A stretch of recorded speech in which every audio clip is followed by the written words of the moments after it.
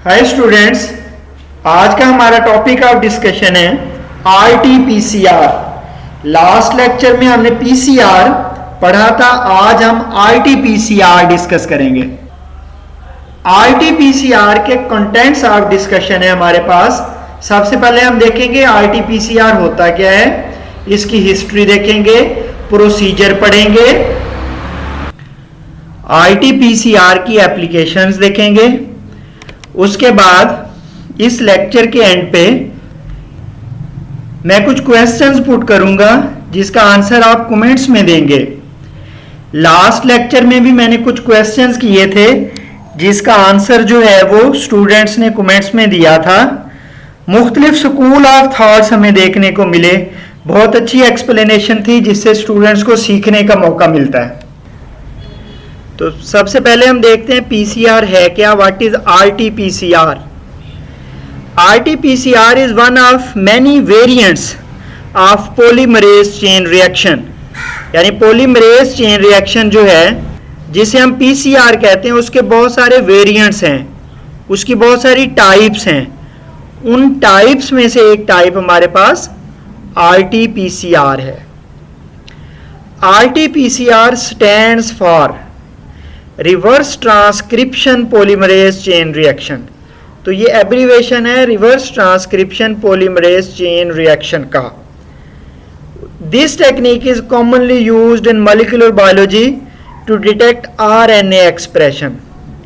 RNA के expression को detect करने के लिए ये टेक्निक यूज की जाती है। RTPCR is often confused with real time polymerase chain reaction. QPCR, अक्सर स्टूडेंट्स जो हैं वो real time polymerase chain reaction को आरटीपीसीआर कह देते हैं। अक्सर लिखने वाले भी RTPCR real time polymerase chain reaction को लिख देते हैं। ऐसा बिल्कुल नहीं है। आरटीपीसीआर और क्यूपीसीआर ये दोनों एक दूसरे से सेपरेट और डिस्टिंक्ट टेक्निक्स हैं। दोनों पीसीआर की टेक्निक्स हैं लेकिन एक दूसरे से मुख्तलिफ हैं।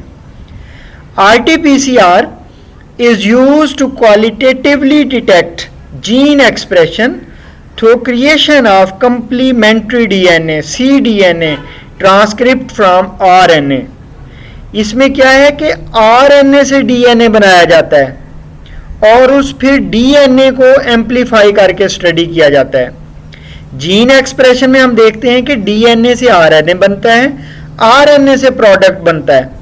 अब आरएनए बन चुका है, हम ये देखना चाह रहे हैं कि ये आरएनए किस डीएनए से बना है, कौन सा जीन एक्सप्रेस हुआ है तो ये आरएनए बना है। तो अब हम आरएनए जो हमारे पास मौजूद है उसे हम डीएनए बनाएंगे और उसको फर्दर स्टडी करेंगे। हम बात अगर करें हिस्ट्री ऑफ आरटीपीसीआर की, तो रिवर्स ट्रांसक्रिप्टेज डिस्कवरी हुई थी हमारे पास 1977 में। जैसे ये एंजाइम डिस्कवर हुआ, इसके बाद आरटीपीसीआर की टेक्निक डेवलप हुई। ये रिवर्स ट्रांसक्रिप्टेज क्या है, ये एक एंजाइम है जो आरएनए से डीएनए बनाता है, इसलिए इसे रिवर्स ट्रांसक्रिप्टेज एंजाइम कहते हैं। आरएनए से वापस डीएनए बनने के अमल को रिवर्स ट्रांसक्रिप्शन का नाम दिया जाता है। तो हमारे पास आरएनए है, हम उससे डीएनए बनाएंगे इस एंजाइम की मदद से। ये एंजाइम लिविंग ऑर्गेनिजम्स में मौजूद है, 1977 में डिस्कवर हुआ। और इसके बाद आरटीपीसीआर ने डिस्प्लेस कर दिया नॉर्दर्न ब्लॉट मेथड को। दो तरह के ब्लॉटिंग मेथड होते हैं, एक हमारे पास नॉर्दर्न ब्लॉटिंग है और दूसरा साउदर्न ब्लॉटिंग है। ये दोनों डीएनए को स्टडी करने की टेक्निक्स हैं, लैब टेक्निक्स हैं। तो आरटीपीसीआर से पहले ये टेक्निक जो है वो यूज की जाती थी। डियर स्टूडेंट्स, हम देखते हैं कि बेसिक रिक्वायरमेंट्स क्या हैं फॉर आरटीपीसीआर रिएक्शन के लिए। तो सबसे पहले हमें आरएनए का सैंपल चाहिए जिसको हमने स्टडी करना है। उसके बाद हमें चाहिए ट्रांसक्रिप्टेज। ट्रांसक्रिप्टेज जो है रिवर्स ट्रांसक्रिप्टेज, ये वो एंजाइम है जो आरएनए को डीएनए में बदलेगा, रिवर्स ट्रांसक्रिप्टेज। उसके बाद हमें प्राइमर्स चाहिए, प्राइमर्स के बाद हमें डीएनए पॉलीमरेज चाहिए, न्यूक्लियोटाइड्स चाहिए, न्यूक्लियोटाइड बिल्डिंग ब्लॉक्स हैं डीएनए के, हमें बफर्स चाहिए, उसके बाद हमें डीएनए थर्मल साइक्लर चाहिए। ये एक मशीन है, ऑटोमेटेड मशीन है, जिसमें लो टेम्परेचर को भी अचीव किया जा सकता है और हाई टेम्परेचर को भी अचीव किया जा सकता है। तो ये हमारे पास स्टूडेंट्स बेसिक रिक्वायरमेंट हैं आरटीपीसीआर रिएक्शन करवाने के लिए। अगर हम प्रोसीजर की बात करें, प्रोसीजर ऑफ आरटीपीसीआर, तो इसके हमें 4 स्टेप्स जो हैं वो देखने को मिलते हैं। फर्स्ट स्टेप है हमारे पास reverse transcription of RNA. Second step है हमारे पास melting of cDNA template complementary DNA. कौन सा डीएनए? जो आरएनए से बना है, जो हमारे पास आरएनए सैंपल था। कौन से प्रोसेस से? रिवर्स ट्रांसक्रिप्शन से आरएनए से डीएनए बना। तो पहले स्टेप में रिवर्स ट्रांसक्रिप्शन की जाती है आरएनए की, डीएनए बनाया जाता है। सेकंड स्टेप में उस डीएनए की मेल्टिंग की जाती है। उसके बाद है एनीलिंग ऑफ प्राइमर्स, और फोर्थ स्टेप है हमारे पास extension of double stranded DNA molecule. तो इन 4 स्टेप से गुजरते हुए आरटीपीसीआर को मुकम्मल कर लिया जाता है। Melting of DNA template, annealing of primers, extension of double stranded DNA molecule हम डिटेल से पढ़ चुके हैं कि ये कैसे होती है, इनके लिए कितना टेम्परेचर दरकार है, कौन कौन सी चीज़ें चाहिए। पीसीआर में हमने इसे पढ़ा था। अगर आप इनकी डिटेल देखना चाहते हैं तो मेरा लेक्चर पीसीआर आप देख सकते हैं। तो आरटीपीसीआर में सबसे पहले हम आरएनए का सैंपल लेंगे। आरएनए कहाँ से बनता है? आरएनए डीएनए से बना होता है।